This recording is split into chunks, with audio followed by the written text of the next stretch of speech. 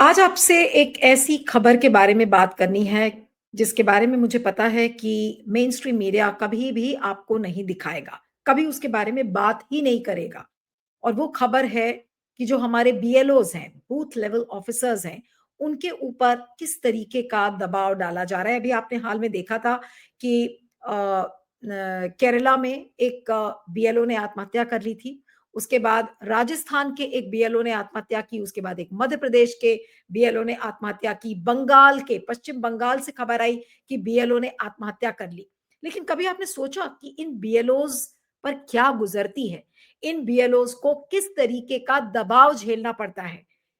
ये सिर्फ मैं अपनी इमेजिनेशन से नहीं कह रही हूँ। मैं आज आपको एक क्लिप दिखाना चाहती हूँ और इस क्लिप को दिखाने के पहले मैं आपको ये बताना चाहती हूँ कि ये जो मैं क्लिप अब आपको दिखाऊँगी, वो उत्तर प्रदेश के बस्ती जिले का एक बीएलओ है, जिस पर वहाँ का एसडीएम दबाव डालता है, खूब चिल्लाता है, ज़ोर-ज़ोर से उस बीएलओ के ऊपर चिल्लाता है कि आपने काम क्यों किया? वो एसडीएम उस बीएलओ से कहता है कि आप सरकारी पैसे लेते हैं तो आप काम क्यों नहीं करते? और इतनी ज़ोर-ज़ोर से चिल्लाता है कि बात एफआईआर तक पहुँच जाती है, बात जेल भेजने तक पहुँच जाती है। अब आप ये सोचिए कि अगर एक किसी बीएलओ पर इतना दबाव डाला जाएगा कि उसके ऊपर एफआईआर लिखवा दी जाएगी, उसको जेल भेजने की धमकी दे दिया जाएगा। क्यों? क्योंकि एसडीएम साहब के ऊपर प्रेशर है। एसडीएम के ऊपर कौन प्रेशर डालता है? एडीएम डालता है। एडीएम के ऊपर कौन प्रेशर डालता है? वहां का डीएम प्रेशर डालता है, जो डिस्ट्रिक्ट मैजिस्ट्रेट है। डिस्ट्रिक्ट मैजिस्ट्रेट के ऊपर किसका प्रेशर होता है? एमएलए का प्रेशर होता है। एमएलए के ऊपर किसका प्रेशर होता है? एमपी का प्रेशर होता है। एमपी के ऊपर किसका प्रेशर होता है? चीफ मिनिस्टर का प्रेशर होता है। और चीफ मिनिस्टर के ऊपर केंद्र सरकार का प्रेशर होता है, या जो मोदी शाह का जो गिरोह है वो उनके ऊपर प्रेशर डालता है कि खबरदार, बिना एसआईआर किए, बिना एक एक बूथ पर ये इंश्योर करो कि एसआईआर इस तरीके से हो ताकि हम सत्ता में रहें। यानी कि सत्ता में रहने की ये जो लालच है मोदी की, शाह साहब की, वो जानलेवा बन गई है। इनको सत्ता में रहना है और वो बेचारा गरीब बीएलओ अपनी जान गंवाकर बैठ गया। जिन लोगों ने आत्महत्या की उनके आपको उदाहरण मैंने दिए हैं, लेकिन जिस उत्तर प्रदेश के बस्ती इलाके की मैं बात कर रही हूं, आइए आपको उसका क्लिप दिखाते हैं जिस पर किस बुरी तरह से वहां का जो एसडीएम है वो उस बीएलओ पर चिल्ला रहा है। आइए देखते हैं उस क्लिप को। लिखो तहरीर लिखो, एक सादा पन्ना लाओ, सादा पन्ना लाओ, तहरीर लिखो। कौन सा थाना है? एक भी काम नहीं किया। क्या है तहरीर लिखो, एक पन्ना लाओ, तहरीर लिखो तत्काल। और उसमें ये भी लिखना कि विभागीय अधिकारी वीडियो इन लोगों के द्वारा कोई सहयोग नहीं किया गया, इसलिए 0। इनके खिलाफ भी, इनके दोनों लोगों के खिलाफ मुकदमा लिखो, लाओ तहरीर लाओ। हमने एफआईआर करी है इसमें कोई भाई तुम क्या हो बदनाम हो ये लाओ, रोजगार सेवक हो, रोजगार सेवक हो तो क्या हो गए हो? क्यों नहीं काम कर रहे हो? लाओ तुम। कहाँ है उनके BLO है, सुपरवाइजर है लेखपाल में, ये भेज रहा हूँ तहरीर एफआईआर दर्ज करवाइए। मैं भेज रहा हूँ तुमको, मैं जेल में अभी बता रहा हूँ कि विकास विभाग के जितने तुम लोग हो ना, तुम लोग एक भी काम नहीं करते, केवल फ्री का पैसा, केवल फ्री का पैसा। छोड़ दो ना नौकरी, काम नहीं करना है तो केवल सरकार का पैसा ले रहे हो ना, तो सरकारी काम क्यों नहीं करते? और सरकारी काम नहीं करना है तो छोड़ दो नौकरी। क्या दिक्कत है? क्यों नहीं करते? लिखो, प्रॉब्लम क्या है? अब आपने देखा कि इस बीएलओ के ऊपर किस तरीके से वो एसडीएम प्रेशर डाल रहा है। एसडीएम क्यों नहीं काम कर रहा है, कोई किसी ने पूछा। अब आप ये देखिए कि कितनी इस समय मीडिया में खबरें आई हैं और अलग अलग क्लिपिंग्स मैं अब आपको दिखाऊंगी, अलग अलग अखबारों में छपा है कि किस तरीके से बीएलओज आत्महत्या कर रहे हैं। मैंने आपको एग्जाम्पल बताया केरला का, मैंने आपको एग्जाम्पल बताया राजस्थान का, मैंने आपको बताया मध्य प्रदेश का, पश्चिम बंगाल का, और एक पेपर कटिंग दिखाती हूं जिसमें कि इन खबरों को इक्का दुक्का पेपर्स कवर कर रहे हैं। जैसे कि एक खबर है जो मैं आपको दिखाना चाहती हूँ, ये पिनाक प्रिया भट्टाचार्य की कि BLO found dead, family blames SIR and FIR against ECI कोई एफआईआर कराने की हिम्मत है कि कोई ईसीआई के खिलाफ एफआईआर करे? क्या वो एफआईआर दर्ज होगी?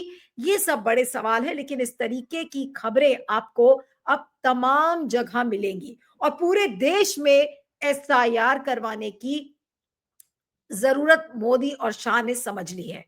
क्यों? क्योंकि उनको सत्ता में बने रहना है। एसआईआर क्यों करवाना है? स्पेशल इंटेंसिव रिवीजन, ताकि सत्ता में बने रहें और अपने मनमर्जी के लोग ही उनको वोट डालें। जो उनके विरोधी हैं उन सबका वोट काट डालो। और सत्ता में रहने की भूख किस तरीके से जानलेवा हो सकती है, ये आपको मैंने दिखाया है। ये बस्ती जो उत्तर प्रदेश का इलाका है, अब आप ये सोचिए कि ये तो एक जगह का मैंने आपको एग्जाम्पल दिया है। हर जगह इस समय जो बीएलओज हैं, बीएलओज क्या है?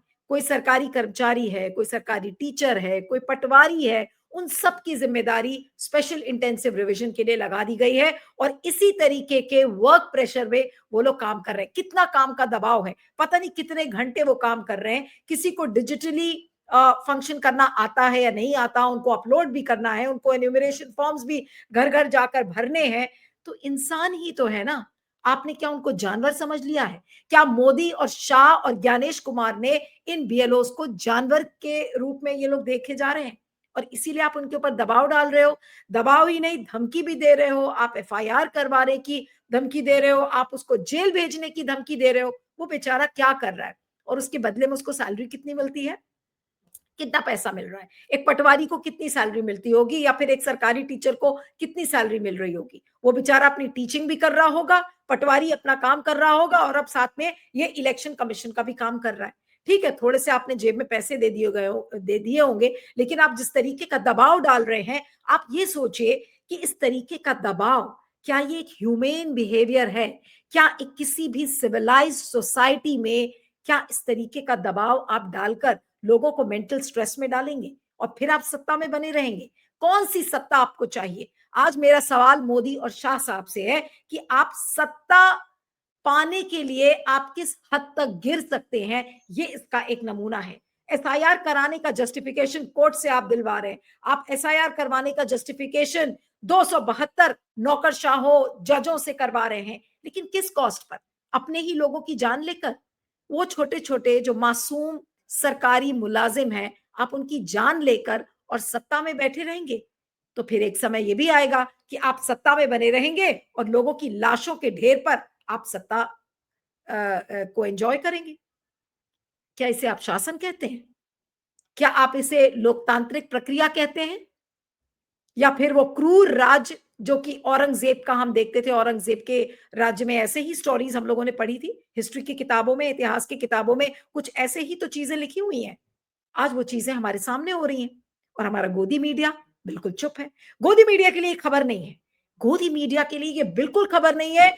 गोदी मीडिया वही खबरें करेगा जहां पर ये 272 नौकरशाह ये कहेंगे कि देखिए राहुल गांधी देश को गुमराह करने की कोशिश कर रहे हैं, ये वोट चोरी का दावा, ये बेतुकी बातें हैं। एसआईआर बिल्कुल सही है, हमें घुसपैठियों को हटाना है। एक से एक लोग उसमें जजेस हैं, एक्स डीजीपीज हैं, उसमें बड़े बड़े डिप्लोमैट्स हैं, आर्म फोर्सेस के लोग हैं जो मोदी और शाह के इस क्रूर रवैये को जस्टिफाई करने की कोशिश कर रहे हैं। शर्म आती है आज इस देश में रहने में जहां पर एक ऐसी रेजीम है जो इन चीजों को, एक इंसान को इंसान के रूप में नहीं देख सकता और इतना दबाव सत्ता की लालच में डाला जा रहा है कि ये पूरी एसआईआर की प्रक्रिया जानलेवा बन गई है। आखिर इस पर कोई बोलेगा? किसी की आंखें खुलेंगी कि आखिर क्या हो रहा है देश में? या हम सब कुछ कवर कर दें, सब कुछ दिखाने लगे सब कुछ चमक रहा है, मोदी जी के राज में सब कुछ ठीक है, मोदी जी एक काम गलत नहीं कर सकते, लेकिन राहुल गांधी सारा काम गलत कर रहे हैं। वो मीडिया जो आवाजें उठा रहा है, वो मीडिया जो सवाल कर रहा है, वो तो एजेंडाधारी मीडिया है। उसको जॉर्ज सोरोस ने फंड किया है, मुझे जॉर्ज सोरोस ने फंड किया है, मेरे अकाउंट में जॉर्ज सोरोस के पैसे आए हैं। इसीलिए मैं चिल्ला रही हूं कि ये जो मासूम बीएलओज हैं, आप उनके साथ इस तरीके की ज्यादती मत करिए। कोई तो आज जगेगा, कोई तो आज इन बीएलओज का दर्द समझेगा, या फिर हम यही समझ ले कि इस दर्द के कोई मायने नहीं है। मोदी और शाह को केवल और केवल देश में राज करना है। किस कॉस्ट पर? लोगों की लाशों पर। आज क्या बीएलओज इसी तरीके से आत्महत्या करते रहेंगे? बीएलओज के परिवार इसी तरीके से रोते रहेंगे और मोदी शाह साहब एसआईआर पूरे देश में करवाकर राज करेंगे, अजर अमर वो राज्य करेंगे भारत में। जरा सोचिए मैं क्या कह रही हूं।